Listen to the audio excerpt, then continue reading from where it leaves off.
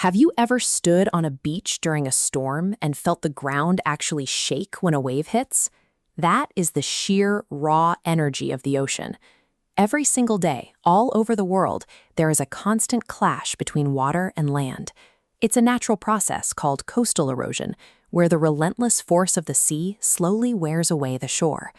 We love living near the water, but building our homes, roads, and cities right on the edge of the sea puts incredibly valuable property directly in the path of that energy.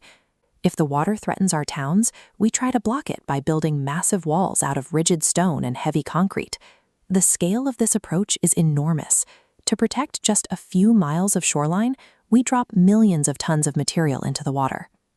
Building these sheer vertical fortresses requires colossal effort, and projects can cost tens of billions of dollars. This brings us to a frustrating problem. The giant, expensive concrete walls we build to save our coastlines are often the exact things causing them to disappear. This animation shows exactly why. When a wave hits its traditional flat vertical wall, the structure doesn't absorb the impact. Instead, it violently bounces all that intense energy right back out into the water.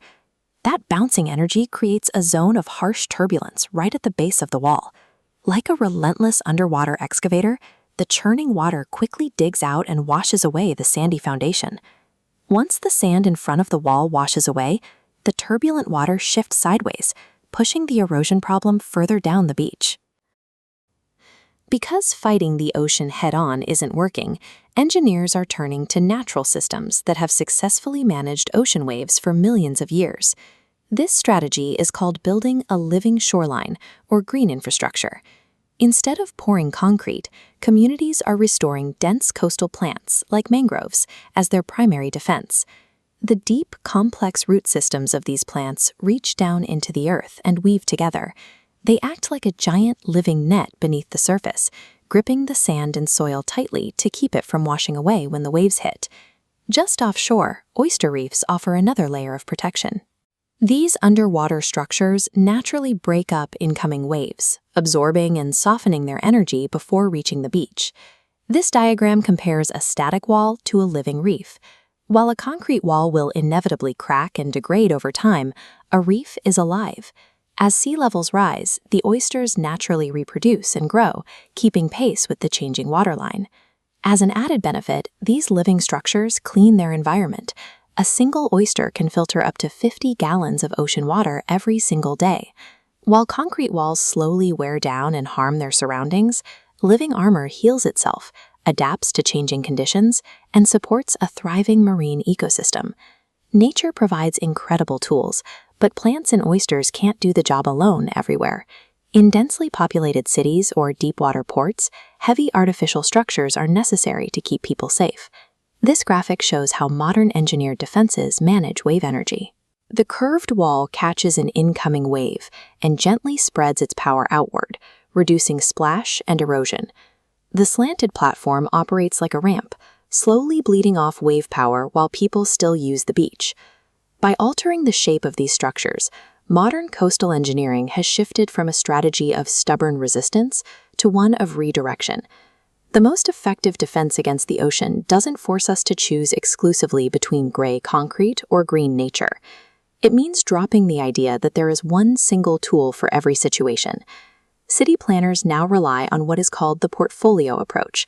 They use a wide variety of tools to create a layered, highly adaptable defense system. This cross-section animation illustrates how these layers work together. Far offshore, there is a living reef.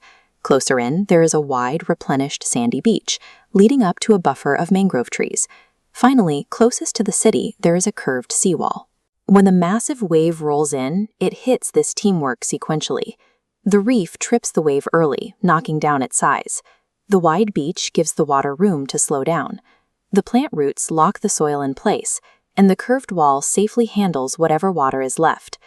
Because these individual pieces share the workload, the combined system can absorb forces that would instantly overwhelm an isolated wall.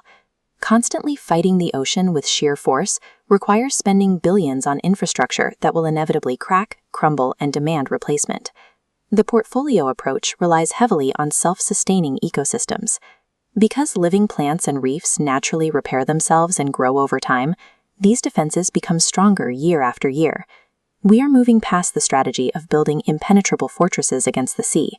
Instead, we are learning to live alongside its dynamic forces. By thoughtfully combining clever engineering with nature's own living armor, we can successfully protect our communities